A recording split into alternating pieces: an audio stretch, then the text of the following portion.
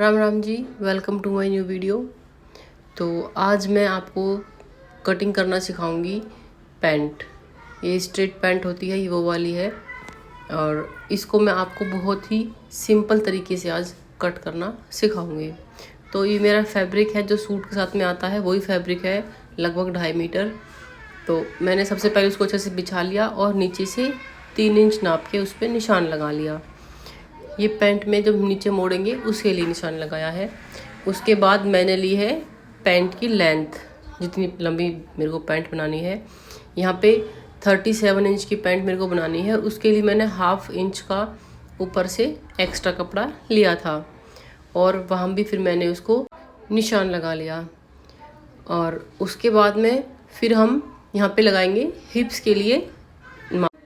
हिप्स का जो साइज़ होता है उसका 4th हम यहाँ पे मार्क करेंगे पहले, और उसमें हम 1.5 इंच लूजिंग के लिए लेंगे। तो यहाँ पे हिप्स का साइज़ 38 है और उसके में 9.5 इंच आएगा उसका 4th पार्ट, और उसमें हम 1.5 इंच प्लस करके उसको 11 इंच पे यहाँ पे मार्क कर लेंगे। और फिर आता है नंबर आसन का। आसन भी हम जो हमारा हिप साइज़ है उसका 4th लेंगे और उसमें 1.5 इंच प्लस कर देंगे। ये होता है जो मीडियम साइज़ की पैंट्स होती है, जिनका साइज़ मीडियम होता है उनके लिए। अगर स्मॉल साइज़ है तो उसके लिए 1 इंच बढ़ाते हैं, और अगर मीडियम है उसके लिए 1.5 इंच बढ़ाते हैं, और अगर किसी का लार्ज साइज़ है तो उसमें हम 2 इंच बढ़ाते हैं।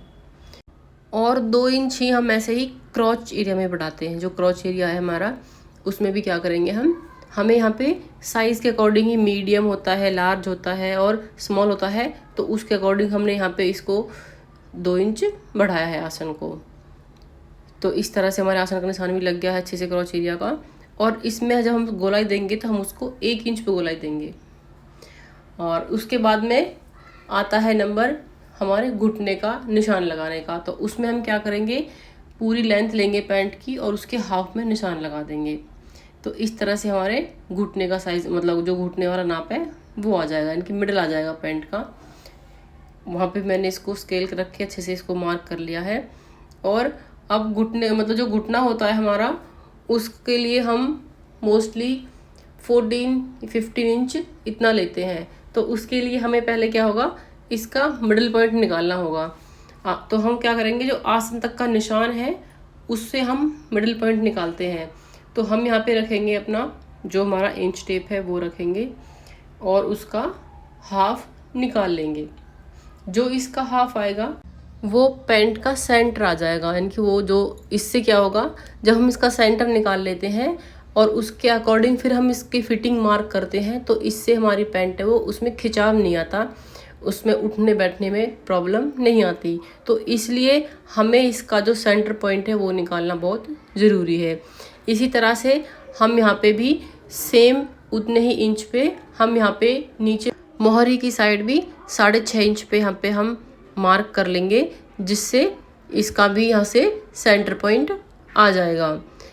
ये पैंट के कंफर्टेबल होने के लिए बहुत ही ज़रूरी होता है।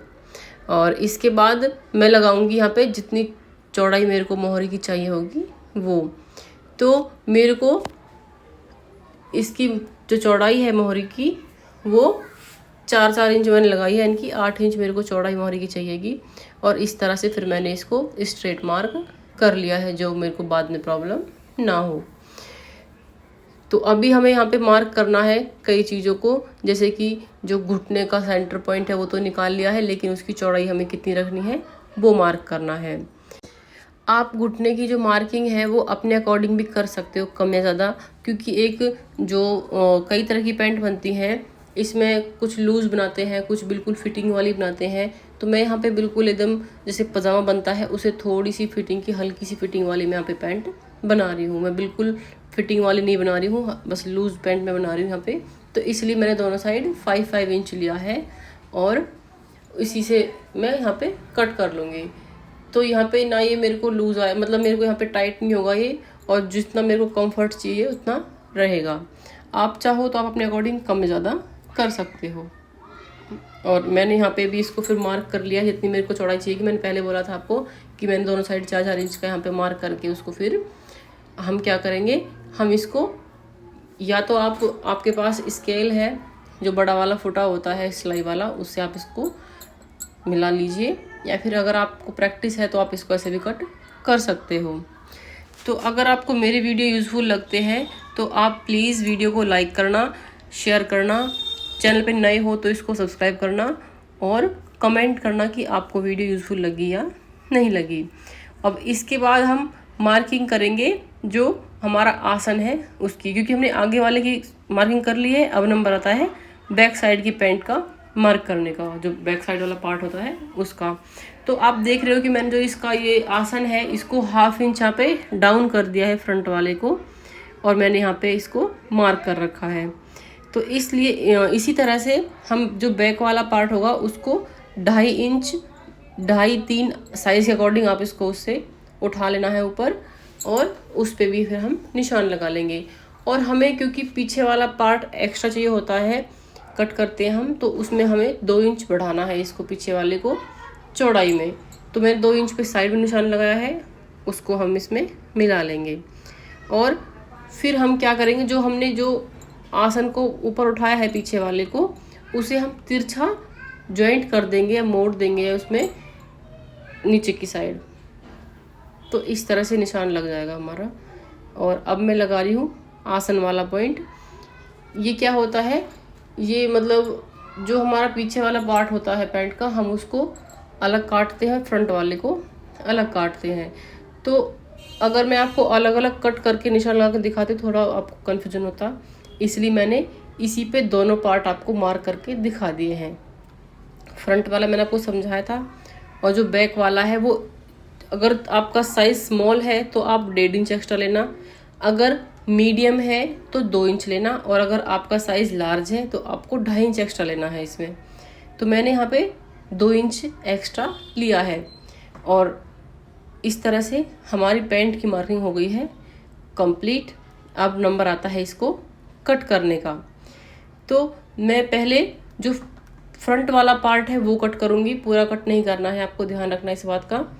आप कट कर रहे हो, आप सिर्फ 2 पर्दे मतलब 2 जो पार्ट है पैंट के वो उठाओगे, नीचे से आपको कटिंग नहीं करनी है।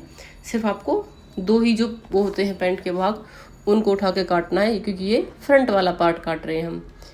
और इस तरह से आप इसको कट कर लेना बिल्कुल ध्यान से। ध्यान रहे कि नीचे वाली पैंट का जो पार्ट है वो ना कट जाए, इससे क्या होगा, आपको पैंट है वो टाइट हो जाएगी।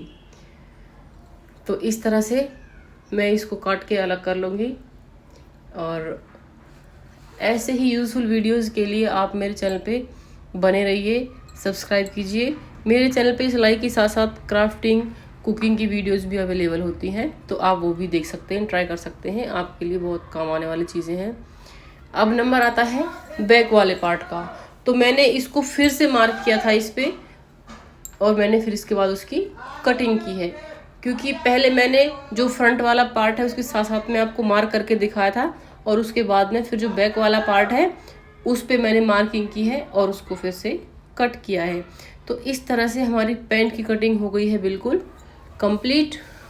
आपको पैंट कटिंग का ये वाला मेथड कैसा लगा मुझे कमेंट करके ज़रूर बताना। और जो सेंटर वाला ये पार्ट है जो मैंने निशान लगा रखा है, इस पर आप प्लीट डाल सकते हो, अच्छी फिनिशिंग आएगी आपकी पैंट की। ये हम आगे की वीडियो में बताएंगे। तो वीडियो देखने के लिए आपका बहुत बहुत धन्यवाद।